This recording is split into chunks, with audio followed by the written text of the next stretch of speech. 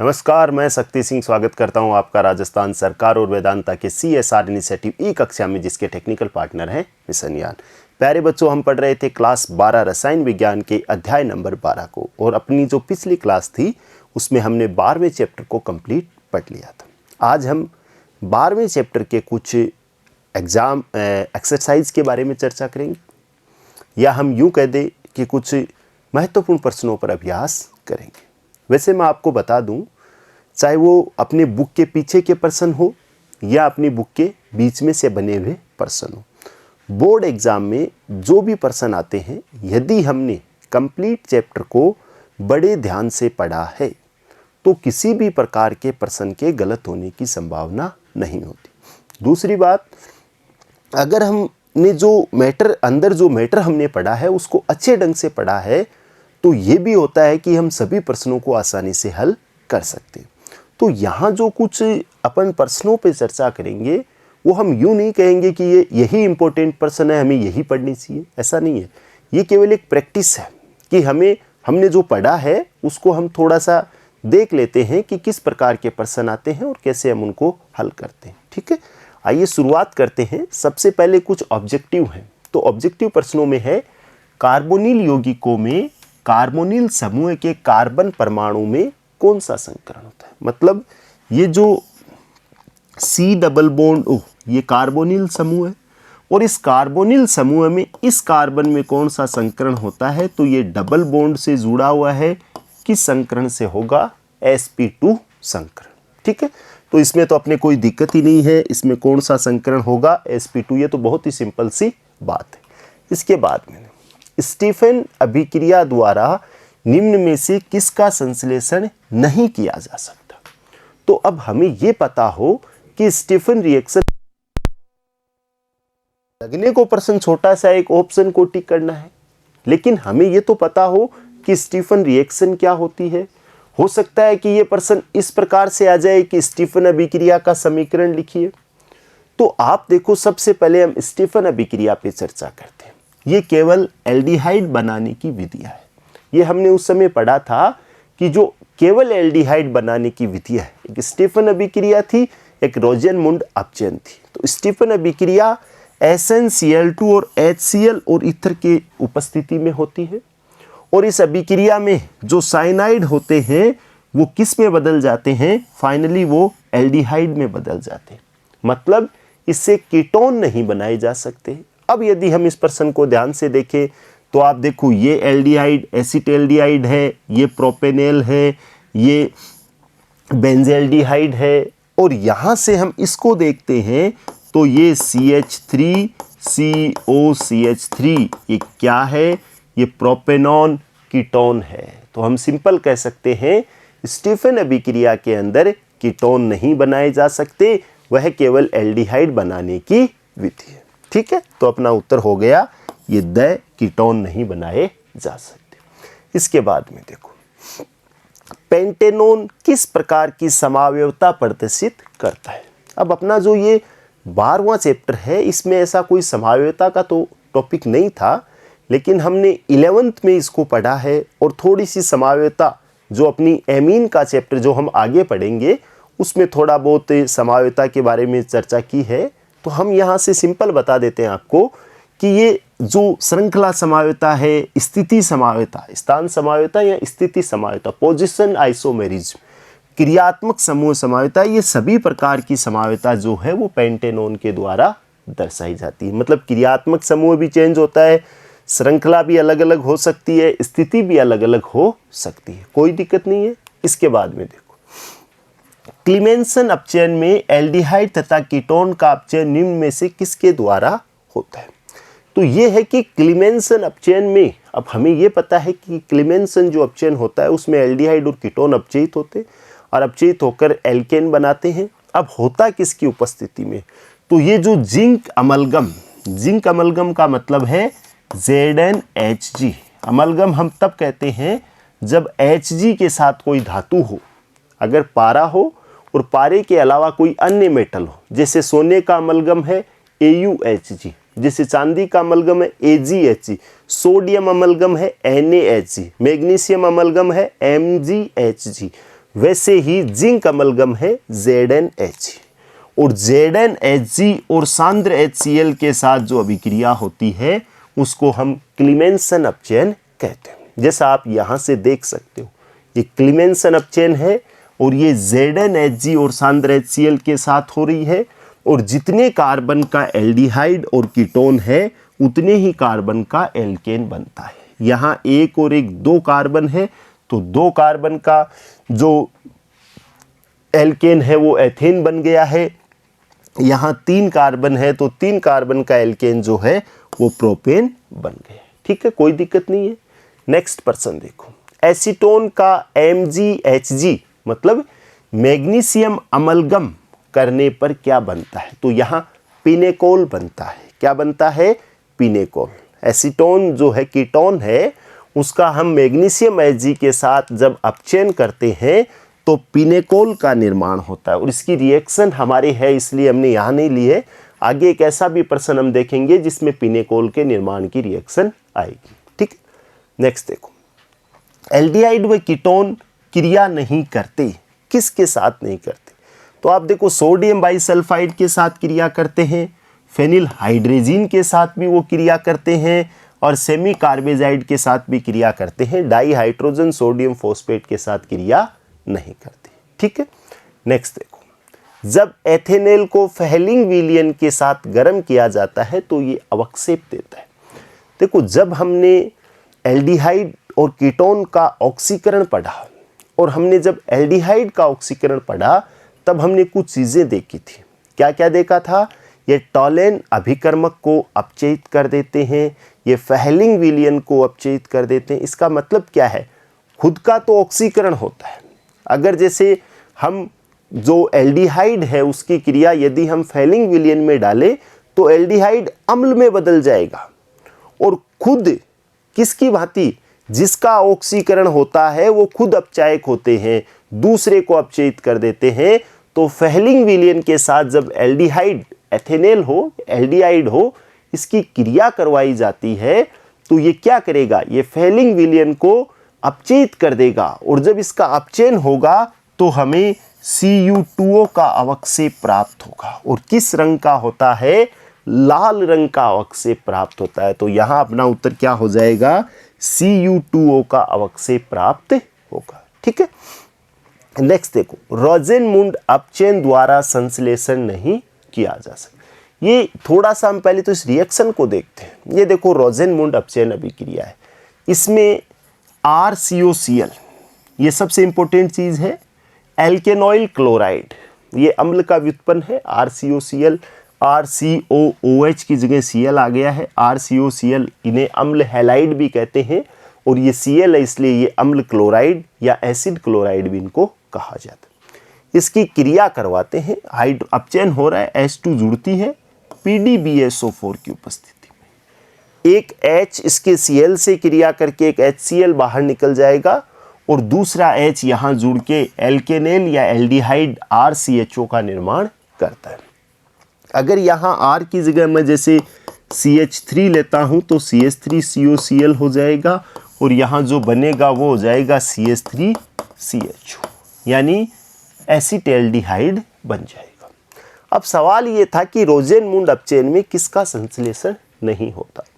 अब मुझे यदि यहाँ फॉर्मेल्डिहाइड बनाना होता, मतलब मैं यहाँ R की जगह H लेता, तब ये बनता HCOCl, और इस HCOCl से यदि हम बनाते तो ये बनता HCHO, और ये अगर हम बनाना चाहें तो फॉर्मेल्डिहाइड यहाँ बनता नहीं है। क्यों नहीं बनता है? क्योंकि ये जो HCOCl है वो कमरे के ताप पर क्या होता है? अस्थायी होता है, अनस्टेबल होता है। इसीलिए हम रोजेनमुंड अपचयन से HCOCl अस्थायी होने के कारण हम रोजेनमुंड अपचयन से फॉर्मेल्डिहाइड नहीं बना सकते। तो इसका उत्तर हो गया फॉर्मेल्डिहाइड का निर्माण नहीं कर सकते। देखो, एक प्रश्न और अच्छा आता है, उसकी भी चर्चा मैंने पहले भी की है और यहाँ भी मैं दोबारा करता हूँ। एक प्रश्न आता है, रोजेनमुंड अपचयन में BaSO4 की क्या भूमिका होती है? अब आप देखो यहाँ इसका रिडक्शन हो रहा है, अपचयन हो रहा है, ये अपचयित होकर एल्डिहाइड बना रहा है, इसका आगे अपचयन होकर ये अल्कोहल भी बना सकता है। और हम इसको अल्कोहल बनाने से रोकने के लिए किसका यूज करते हैं? BaSO4। BaSO4 क्या है? एक उत्प्रेरक विष का काम करता है, एक पॉइजन जहर का काम करता है। ये PD की सक्रियता को कम कर देता है। तो जो PD जो एक्टिव था और इसको अपचयित कर रहा था, उसकी सक्रियता कम होने से ये जो एल्डिहाइड है वो अल्कोहल में परिवर्तित नहीं होता है। ठीक है, तो ये दोनों ही अच्छी रिएक्शन है। और ये रोजेनमुंड अपचयन ये नेम रिएक्शन के रूप में भी आ सकता है। तो दोनों तीनों जगह हमें इसको ध्यान से पढ़ना है। ठीक है, नेक्स्ट देखो, निम्न में से किस में एल्डोल संघनन होता है? तो एल्डोल संघनन उसमें होगा जिस एल्डिहाइड के अंदर जो पास वाला कार्बन है, जो अल्फा कार्बन है, उस पर क्या हो? हाइड्रोजन हो, मतलब अल्फा हाइड्रोजन होने चाहिए।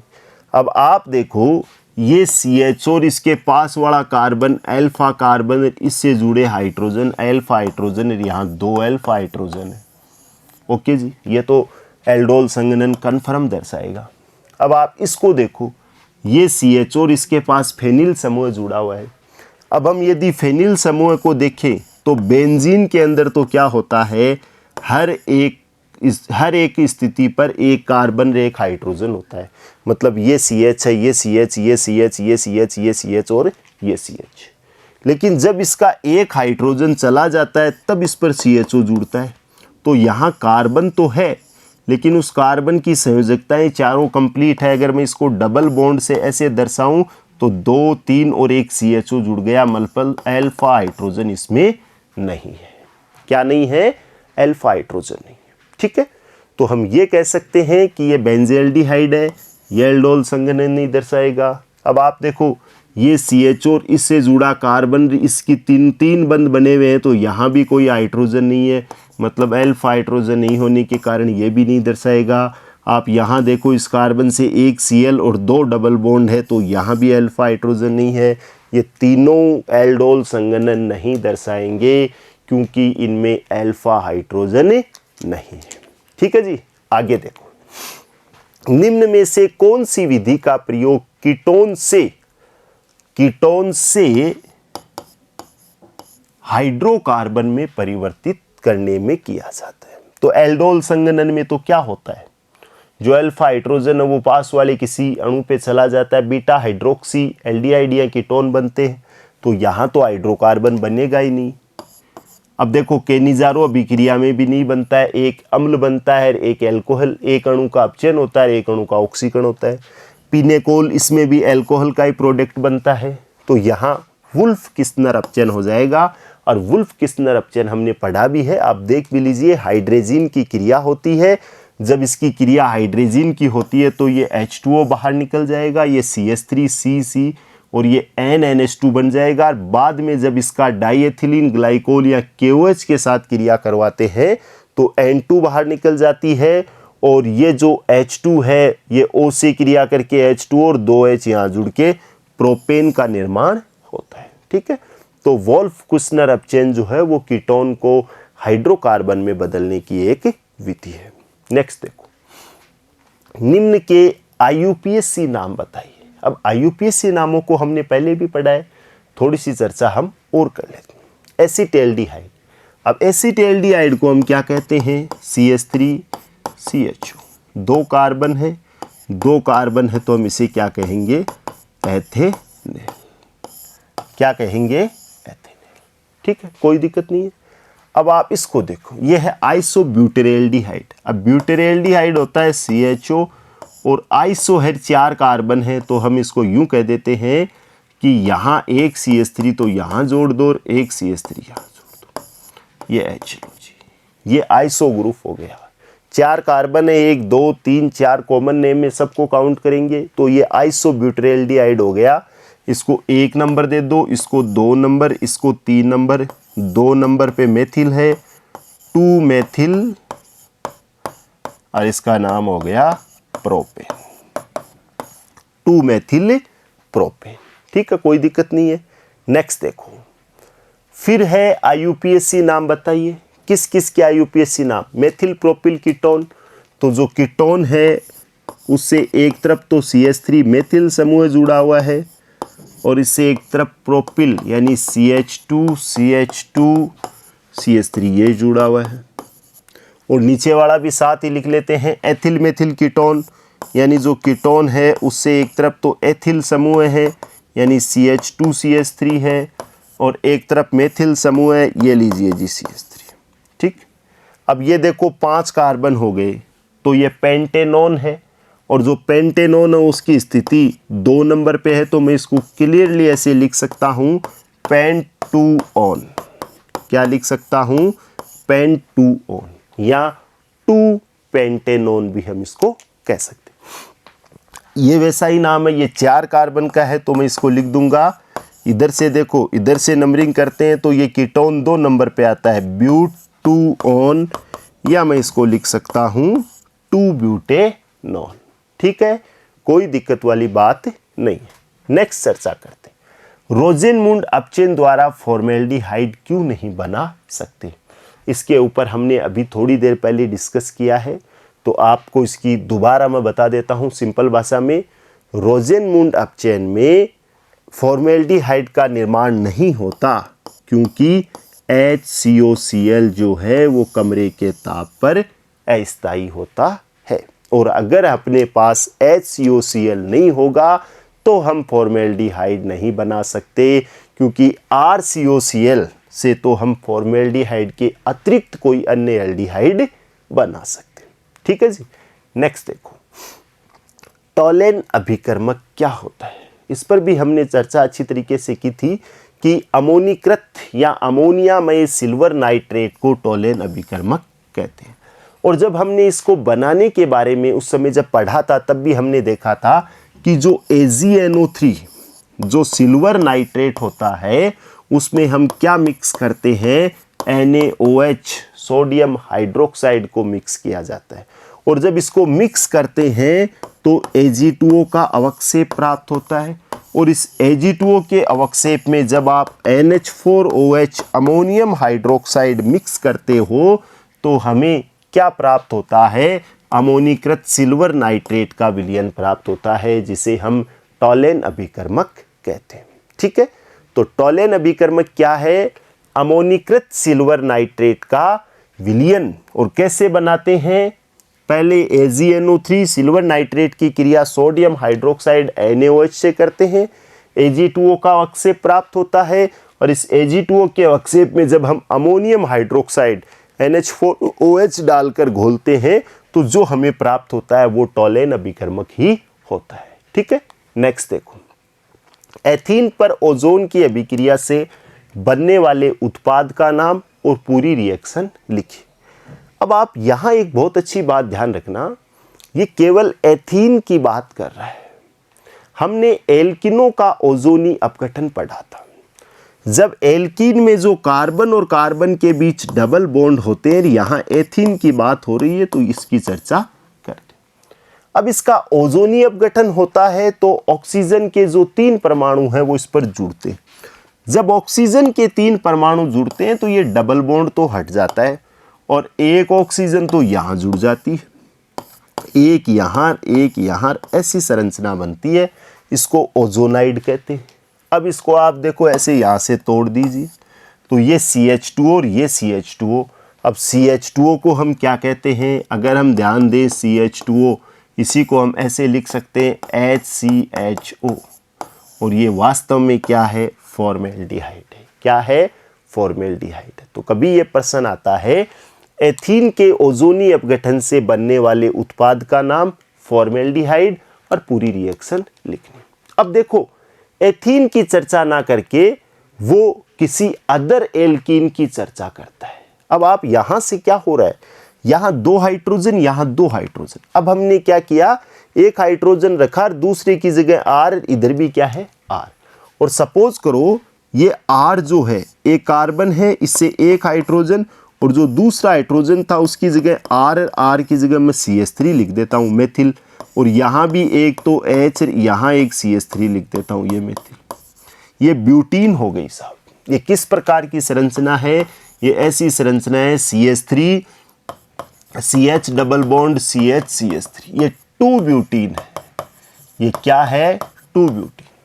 जब मैं इसका ओजोनी अपघटन करूंगा तो ये डबल बॉन्ड तो यहाँ से हट जाएगा और यहाँ ये ऑक्सीजन और ये नीचे ये ऑक्सीजन ऐसी। अब इसको तोड़ दीजिए, इसको तोड़ दीजिए। दो अपने पास CH3 CHO CH3 CHO, यहाँ R है इसलिए RCHO, और ये क्या बन जाएगा? ये बन जाएगा CH3 CHO एसिटाल्डिहाइड। ये जो ऑक्सीजन है वो जल के साथ क्रिया करेगा और -H2O2 यानी हाइड्रोजन पेरोक्साइड के रूप में बाहर निकल जाएगा। ठीक है, ये महत्वपूर्ण प्रश्न है। जरूरी नहीं है कि एथीन का प्रश्न है, प्रश्न आ सकता है 2 ब्यूटीन का ओजोनी अपघटन करने पर क्या बनता है। तो वहां एसिटाल्डिहाइड बनेगा और यहां फॉर्मेल्डिहाइड का निर्माण होगा। ठीक है, नेक्स्ट देखो, निम्न समीकरणों को पूरा करके उत्पाद प्रोडक्ट लिखना है। तो ये तो प्राथमिक एल्कोहल है और प्राथमिक एल्कोहल की क्रिया कॉपर के साथ हो रही है, ज़्यादा टेम्परेचर पे हो रही है, तो यहाँ से हाइड्रोजन बाहर निकल जाएगी, विहाइड्रोजनीकरण होगा। तो ये प्राथमिक एल्कोहल तो विहाइड्रोजनीकरण करके एल्डिहाइड बनाते हैं और सेकेंडरी एल्कोहल कीटोल बनाते हैं। ये बात हमने बहुत अच्छी तरीके से पढ़ रखी है।